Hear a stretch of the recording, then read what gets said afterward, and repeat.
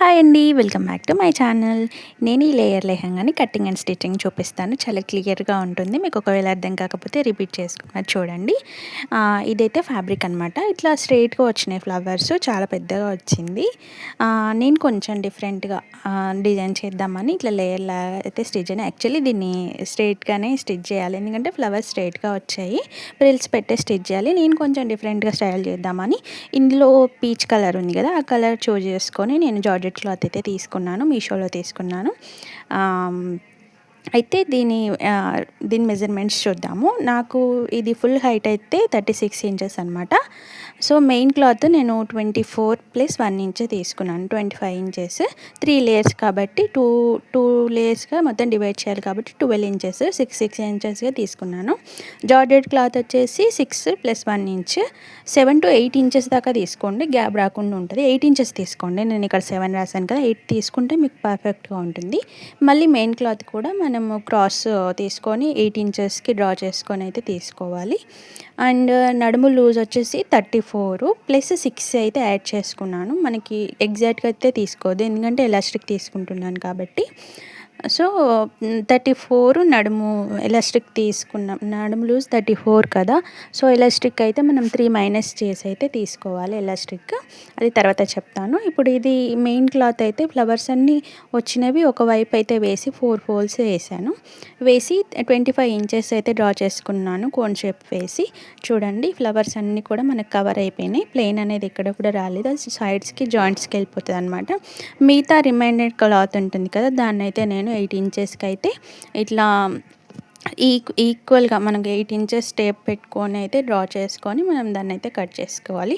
ఎంత ఫ్యాబ్రిక్ ఉంటే అంత అయితే తీసేసుకున్నాను నేను. ఇది 3 మీటర్స్ క్లాతే, కానీ పన్నా పెద్దగా ఉందన్నమాట. చాలా మంచి ఫ్లేర్ వచ్చింది 3 మీటర్స్కి.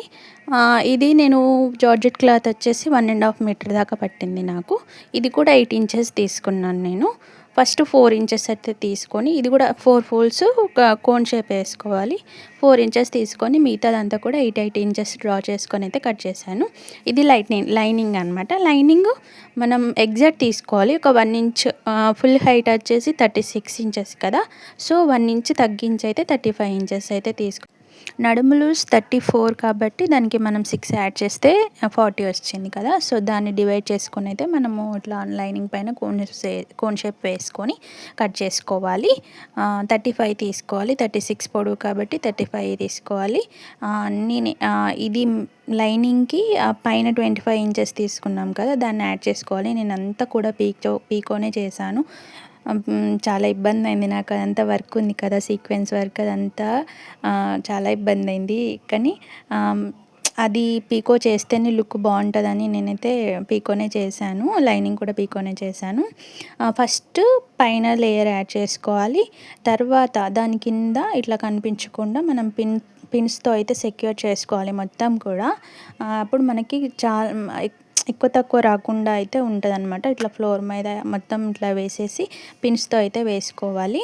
నేను వేసాను చూడండి. వేసుకొని మనమైతే జాయింట్ చేసుకోవాలి. ఈ జార్జెట్ క్లాత్ యాడ్ చేసిన తర్వాత లాస్ట్ 1 ఇంచ్ వదిలేసి మళ్ళీ ఈ మెయిన్ క్లాత్ యాడ్ చేసుకోవాలి. చూడండి ఎంత మంచి ఫ్లేర్ వచ్చిందో. ఇప్పుడు ఎలాస్టిక్ ఎలా స్టిచ్ చేయాలో చూపిస్తా. చాలా సింపుల్ మెథడ్ అండ్ మంచి లుక్ కూడా ఉంటుంది. చూడండి, నేను దీనికి లైనింగ్ మెయిన్ క్లాత్ ప్లెయిన్ వచ్చింది కదా, అది తీసుకున్నాను. అండ్ ఎలాస్టిక్ వచ్చేసి 34 ఇంచెస్, 34 నడుము లూజ్ కదా, -3 అయితే తీసేసి తీసుకున్నాను అనమాట. ఫస్ట్ లైనింగ్ సైడ్ స్టిచ్ చేసుకోవాలి మొత్తం కూడా, ఆ తర్వాత మెయిన్ సైడ్ టర్న్ చేసుకోవాలి. ఇప్పుడు నేను ఇక్కడ చూపిస్తున్నాను చూడండి. ఎలాస్టిక్ అనేది మనం జాయింట్స్ ఉంటాయి కదా, అక్కడ పెట్టేసి నేను 1.5 ఇంచెస్ తీసుకున్నాను. దాన్ని బట్టి మీరు క్లాత్ తీసుకోండి. అక్కడ ఇట్లా పెట్టేసి ఒక స్టిచ్ అయితే వేసుకోండి. అప్పుడు మనకి ఎలాస్టిక్ అనేది జరగకుండా ఉంటుంది, మనకి ఈజీగా వేసుకోవచ్చు అనమాట. ఇదొక మెథడ్, ఇంకొక మెథడ్ కూడా ఉంటుంది ఎలాస్టిక్ వేసుకునేది. నేనైతే ఇలా వేసాను, సింపుల్గా ఉంటుంది. మీరు కూడా ట్రై చేయండి, మీకు ఎలా కంఫర్ట్ ఉంటే అలా చేయండి. నేనైతే ఇలా వేసాను చూడండి.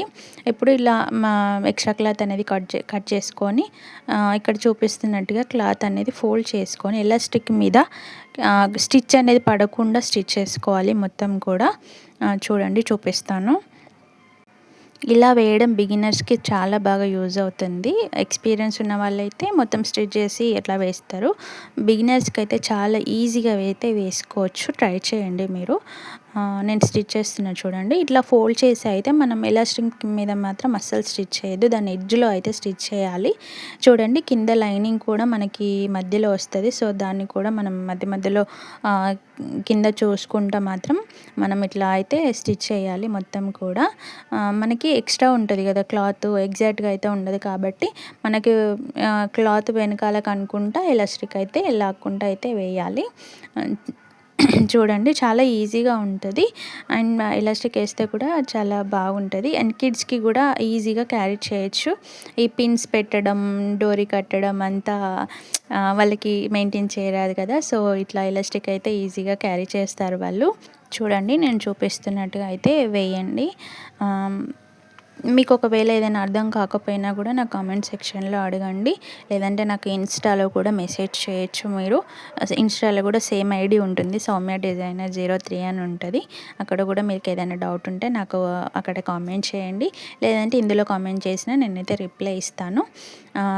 మీకు అర్థమైందని అనుకుంటున్నా. ఒకవేళ మీకు ఏదైనా డౌట్ ఉంటే మాత్రం నాకు కంపల్సరీగా మీరు కామెంట్ అయితే చేయండి. నేను ఖచ్చితంగా రియాక్ట్ అయితే అవుతాను, రిప్లై కూడా ఇస్తాను.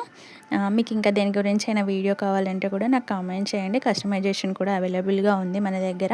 కావాలనుకుంటే నాకు ఇన్స్టాలో అయితే డిఎం చేయండి. చూడండి ఇట్లా అయితే స్టిచ్ చేయాలి. మంచిగా మీ కింద లైనింగ్ రాకుండా చూసుకుంటూ అయితే స్టిచ్ చేయండి. మీరు స్టిచ్ చేసింది నీట్గా ఉండాలి. కొంచెం టైం తీసుకున్నా పర్లేదు కానీ నీట్గా స్టిచ్ చేయండి.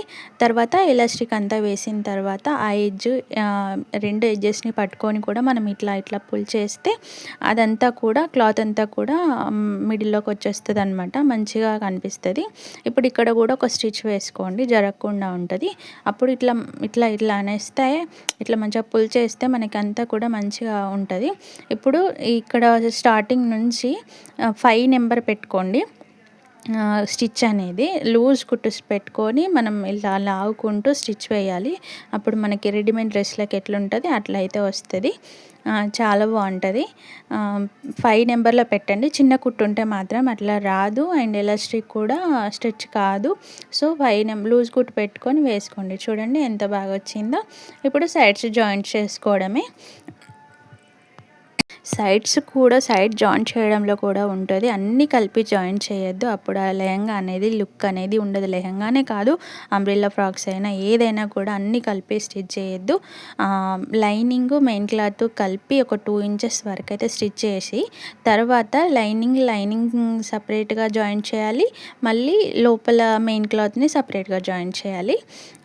ఇది ఈ లెహంగాని నేను ఓన్లీ మన లైనింగ్కే అటాచ్ చేశాను. చూడండి 2 లేయర్స్ అయితే కిందవి. సో అందుకనే అవి అటాచ్డ్ వచ్చాయన్నమాట.